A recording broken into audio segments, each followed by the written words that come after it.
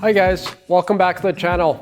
Today we're going to go over my entire flip process on this 2008 Nissan Rogue.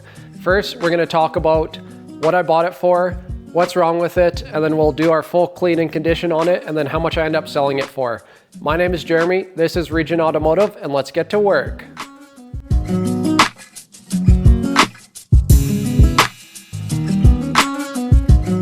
Alright, so let's talk about our project here.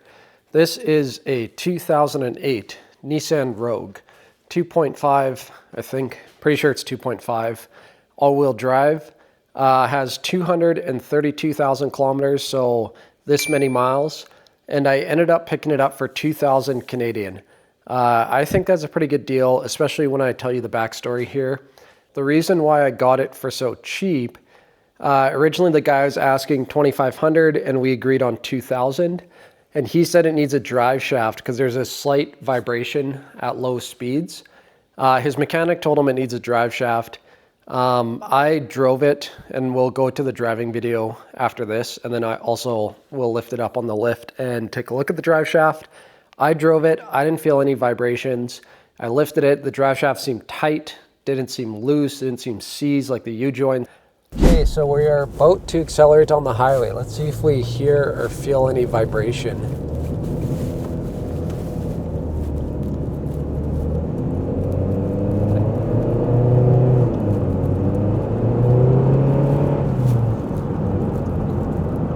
Like, I don't feel anything. I really don't. Let's slow down a little bit. No cars behind me.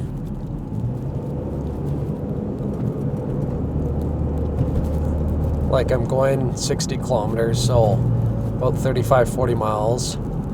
I'll just give it a little bit of gas, which would load up the drive shaft, and you'd feel it.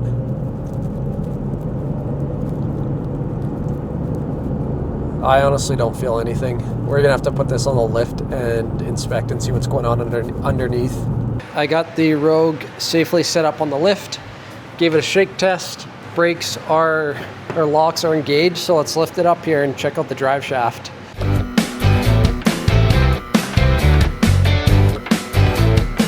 To tell you guys the truth, I'm looking for a reason to replace this drive shaft and I can't find one. Like, the center support bearing has a little bit of rubber chafing off there, but like, that's not collapsed. So like, when I shake it up and down, again, that's not collapse, that's pretty normal, like play. That's the whole point of that bushing. It looks like the drive shaft may have been replaced. I'm not too sure if that's a factory sticker. I actually might search up that part number afterwards. And then like checking both joints. Let me swap hands here. So yeah, like checking both joints, I'm playing like rotate. Like, I don't see any play, it doesn't seem seized. Same story on the rear here. Like, I don't see any play. I'm gonna rotate it a few times to see if it seems seized. But if not, I don't think I'm gonna replace this drive shaft. Yeah, I just rotated the wheels.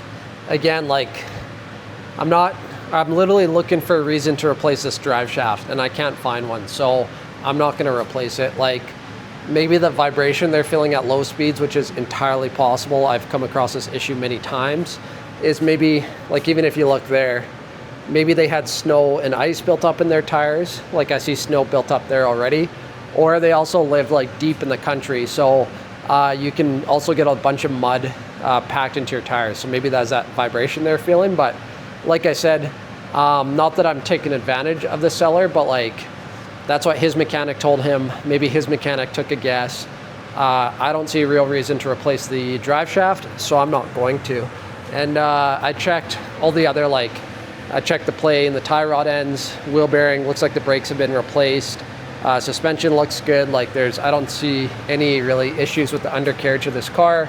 The transmission has been serviced. The seller told me that, and you can tell with the clean pan. That's probably cleaned. New gasket, new bolts. They have the torque spec there, so that's good. That CVT's been serviced. No leaks in the oil pan. The exhaust isn't rusted out. It looks pretty good. CV boots, there's no tears or rips. yeah, honestly looks just fine for what's that, 2008 16-year-old car. Okay, so we'll do a walk around of the vehicle. The exterior condition's not the best. It's not bad for the year. Like, it doesn't have major rust, dents or scratches. Well, I can't say dents. It doesn't have like big accident dents, but this unit actually does have hail damage. You can see a little bit of the dents there. I'm not going to do anything about that. This is an old beater car. Has light hail damage. If that bugs the prospective buyer, then they don't have to buy it. But like mechanically, it actually runs really good. It has like next to new winter tires, new battery, fresh oil change, fresh transmission flush. There's a second set of summer tires in the back. The exterior is really nice. It's kind of like that sporty red. Just going around the rest of the interior, we have a little bit of rust there and there. Like I said, the tires are like in great condition. A couple even smaller rust spots on this side. And then the passenger side looks about the same as the driver's side. No major scratches, rust, big dents, just small hail dents. So again, this may be a little bit tougher to sell because some people don't like hail, but other than that, it runs and drives, like as you saw in the video, it runs and drives just fine. Like the suspension's tight, steering, brakes all tight. So it'll be, and it's all-wheel drive too. So it'll be a good little winter vehicle for someone. Since we're not doing any mechanical work on this thing, I'm just gonna jump right into detailing it. This one's not too bad. I'll just need a quick vacuum. I'll clean the mats there, go over the seats, wipe the panels, and then I like using Mother's Dash protectant. And then also we'll do my signature final step of that fragrance we'll spray in there afterwards. So we have the inside pretty clean. Really didn't need much, just quick vac and wipe. And then by now you should know my signature final step of interior detailing is spraying some good smelling stuff for the potential buyers. So next on our list, while I'm in here detailing the car, when I was driving it and I had the blower on, I noticed it was kind of smelly.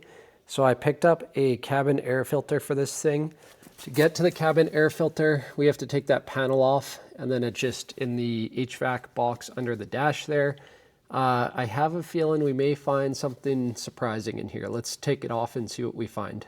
It's just downright disgusting. Like it's good replacing this. Like this was just filled with dust when it came out. And it says Nissan on the side, so it makes me wonder if it's the original filter. Not too sure.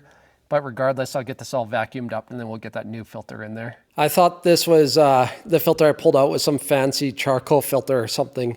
And then after pulling out the new filter, I just realized that is all dirt and dust. Gross.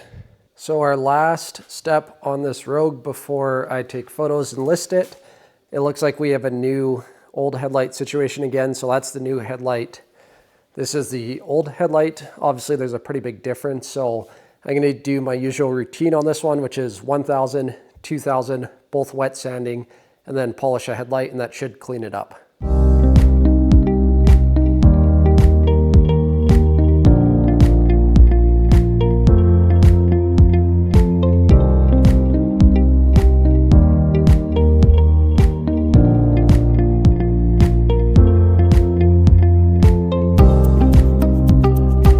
And as about expected, that definitely cleaned up the light. The lens looks much clearer. There's still a little bit of spider crack in there. I don't know if you can see it on camera, but that definitely makes it look a lot presentable and more comparable to the other light. So let's go find ourselves a good spot to take photos.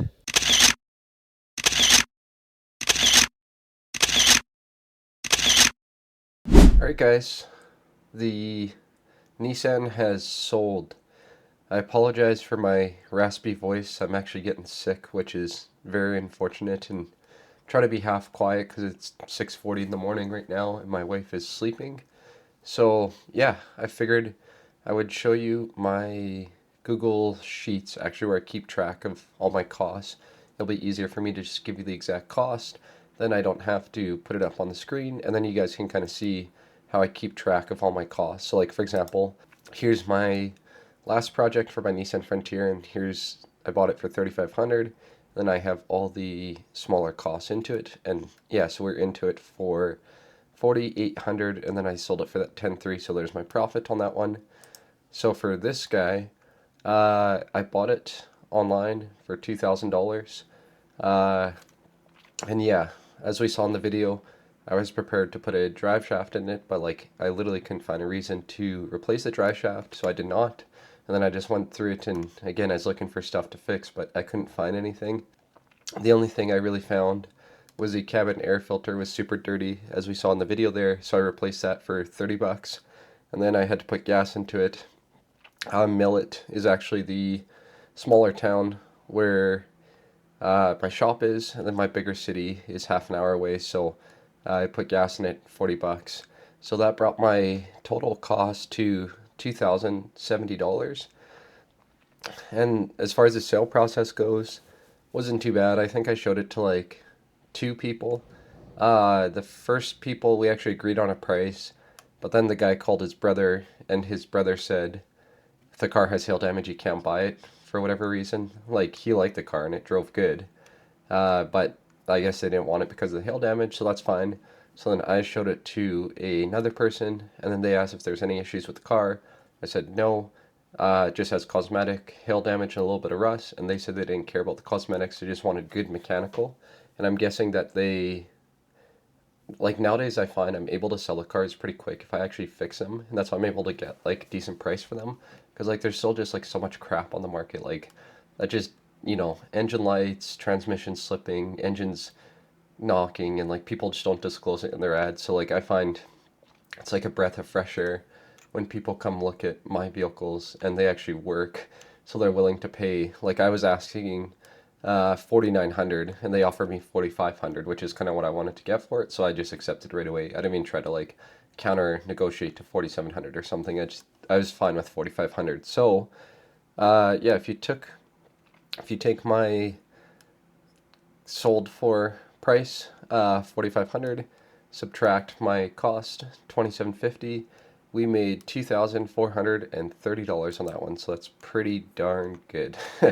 And I'm sure, as you can tell by the amount of parts I put into it, like obviously this one had a lot more time because there's a lot more parts, but this one, there's like no parts. This cabin air filter took me 10 minutes and the detail took an hour or something. So yeah, like I had a few hours into that one. I made 2,430. So that was a pretty good little flip on that guy. um, just to give you, again, I always try to use fancy words just to show you what's coming up. I bought, after I sold that Rogue and that truck, I actually sold them both the same weekend. So I did pretty good that weekend. So I bought this 2007 Nissan Murano, so a video's coming up on that. You can look forward to that. And then I also bought a 2014 Dodge Caravan, and I'm also working on the video, so you can look forward to that. So yeah, that is my flip on this 2008 Nissan Rogue. Thanks for watching the video, you guys. Don't forget to like, comment, subscribe, and have a good day.